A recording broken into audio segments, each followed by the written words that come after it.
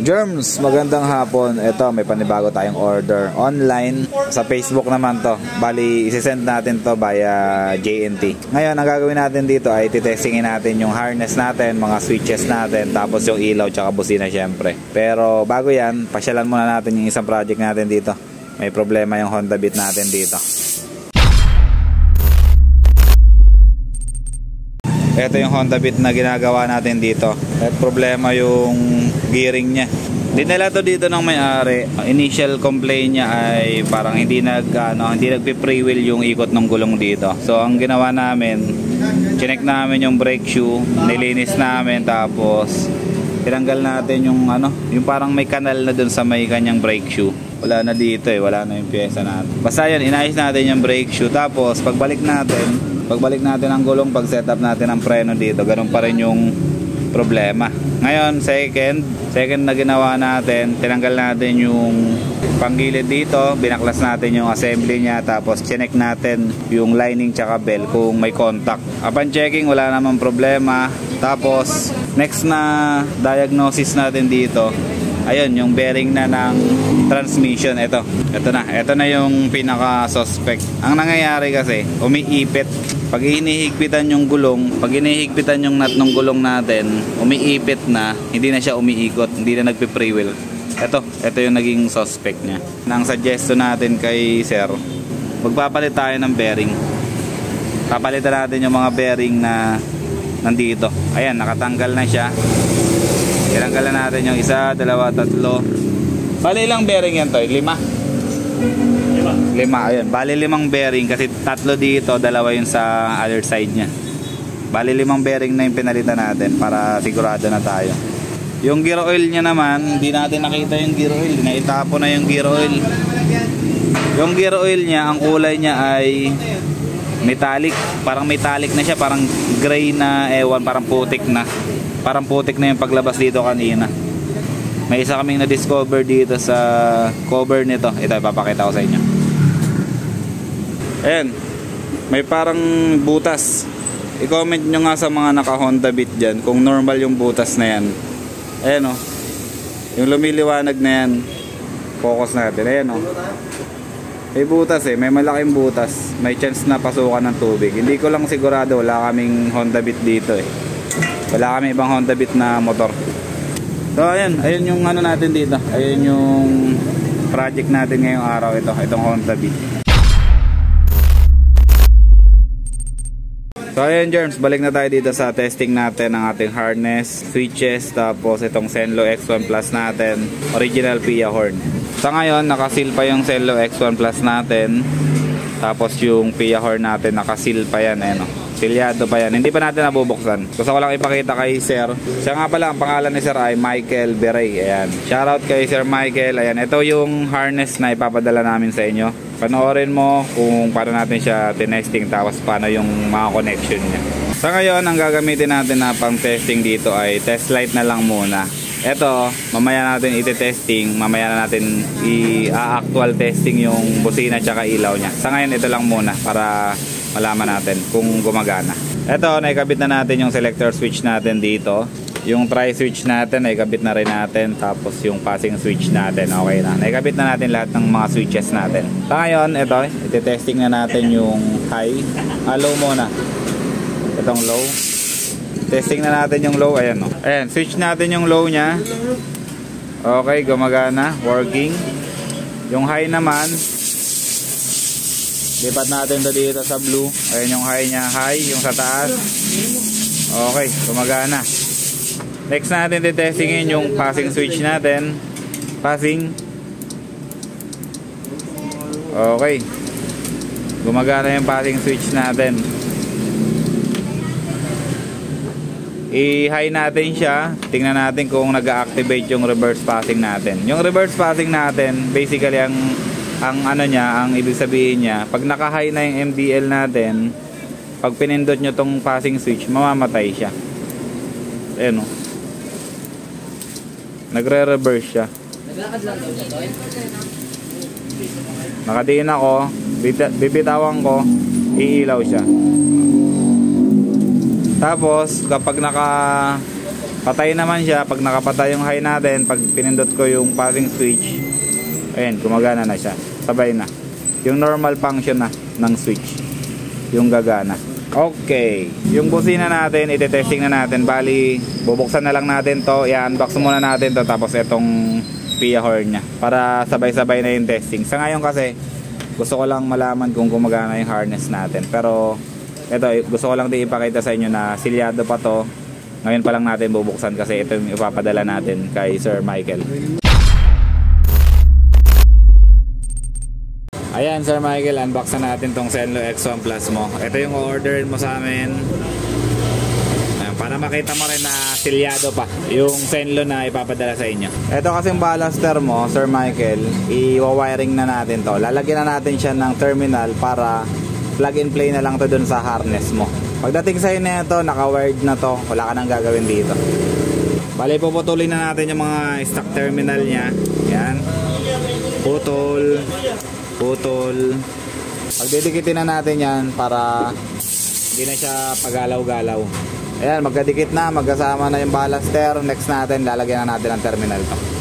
Ang original na designation ng low ng Zenlo ay puti. Ibig sabihin, itong dilaw na wire, i-deactivate na natin to kasi magiging redundant na yung function ng ilaw natin. Meron na tayong low. Ito na yung low natin na kulay puti. Tapos yung high natin na double color. Tapos syempre yung ground natin. Itong dilaw, i-deactivate na natin. Pero hindi natin puputulin. Kasi kung may plano si sir na gusto niya dilaw yung low niya, babaliktarin niya lang yung ilaw, tapos ito yung kukunin niya. Gagamitin niya na tong dilaw na wire. Ito yung terminal na nilalagay natin dito sa mga ballaster natin. Ito yung male. Tapos crimp natin. Yung high natin kulay blue.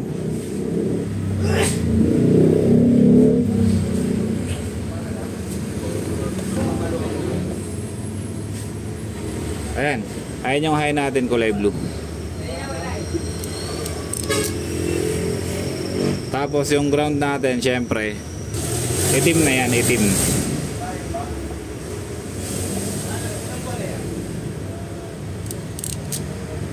Ayan, kompleto na yung terminal ng ballaster natin. Ground, high, low. Okay, saksak na natin to sa harness natin para matesting na rin natin maya-maya lang. Kulay sa kulay, ito dilaw. Tapos blue. Last yung ground niya na itim. Okay. Okay na yung ballaster natin, ay kabit na natin. I-connect naman natin ngayon yung pinaka mismong ilaw natin. Connect lang natin na ganyan, tapos lagay natin dito para makita natin yung function niya or yung ilaw niya. Pakita natin yung output niya. Okay. So ayan na.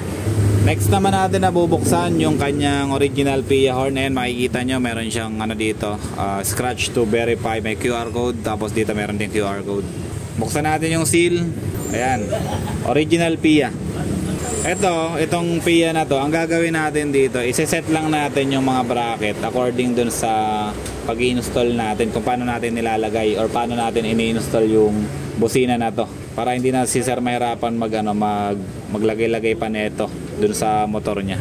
Kuha lang ako ng 10mm na open wrench, tapos proceed na tayo. Naluwagan na natin yung bracket. Kung mapapansin nyo, nagagalaw-galaw na natin. Dalawa yan. Ngayon, isi-set up na natin to. Kung ano yung setup natin dito, ganun din yung gagawin natin dito sa busina na to. Ayan, nakaset up na yung bracket nya. Ayan na yun. Ito yung nasa loob bandang loob. Ito naman yung busina dun sa bandang labas. Ang magiging itsura nito, ganito, tapos ganyan. Ayan, ayan yung magiging itsura nya sa installation. Tapos yung stock nandito. Ayan, ganyan na ganyan yung mangyayari sa kanya. Ayan, Sir Michael, nakakompleto na natin ikabit yung mga ilaw, bosina, tapos yung harness natin, mga switches natin, nakakompleto na natin ikabit. Ngayon, ang gagawin natin, testingin natin yung ilaw, yung bosina, tapos yung nilagyan natin ng replacement yung stock horn mo dito. Ito, nakita mo ba? Ayan. Ito yung ilaw mo na Senlo X1 Plus. Ito yung Pia horn mo na original. Tapos naglagay tayo dito ng parang stock horn. Pero ito yung magre-represent kasi doon sa stock horn mo. Okay? So ngayon, titestingin na natin para makita mo na gumagana yung mga ipapadala natin sa inyo. First, ito yung tri-switch natin. Switch natin yung low. Switch natin yung low.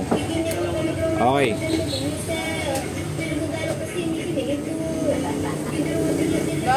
Ayan, umiilaw yung low niya. Next natin testingin naman yung kanyang high. Testing 1, 2, 3 high. Ayan. Ano yan? Combination ng yellow tsaka puti. Hindi lang nagre-register masyado sa dito sa camera. Ayan, ayan. Makikita nyo. Yellow yung taas, white yung baba. Tapos yung low niya, ayan, ganyan. Okay? So, next naman natin testingin yung passing. Ito. Passing switch. Okay. Working.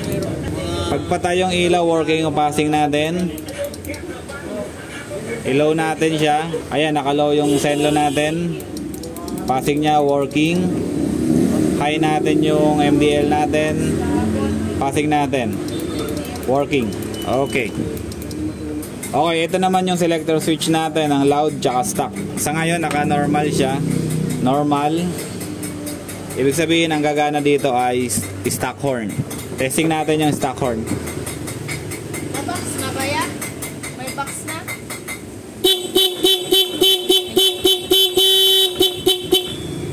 Okay, working yung stock horn natin. Ngayon naman yung loud horn. Pindutin natin yung selector switch natin. Okay, activated na yung loud horn nya. Testing 1, 2, 3.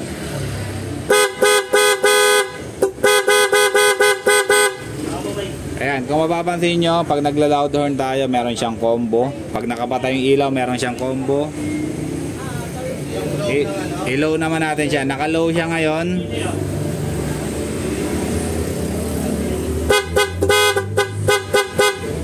Pag naka-low yung ilaw, may combo pa rin. I-high naman natin siya. Naka-high na yung ilaw.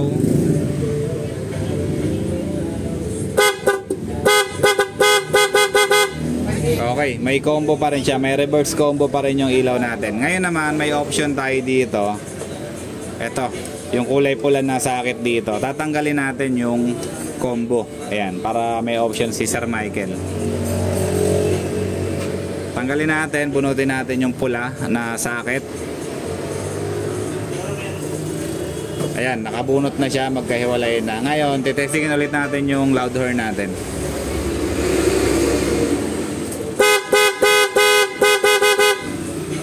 Alright, okay na. Na-testing na natin yung harness, yung ilaw, yung busina. Ngayon ito, explain ko lang. Ito, option lang to ni Sir Michael tsaka yung mga ibang customer natin. Kasi kung ayaw nila ng combo, pwede nilang bunutin to, i-detach nila. Tapos kung gusto naman nila ikabit ulit, ayan, madali lang naman. Isusok-sok lang natin siya ulit dyan. Activated na ulit yung kanyang combo. Okay?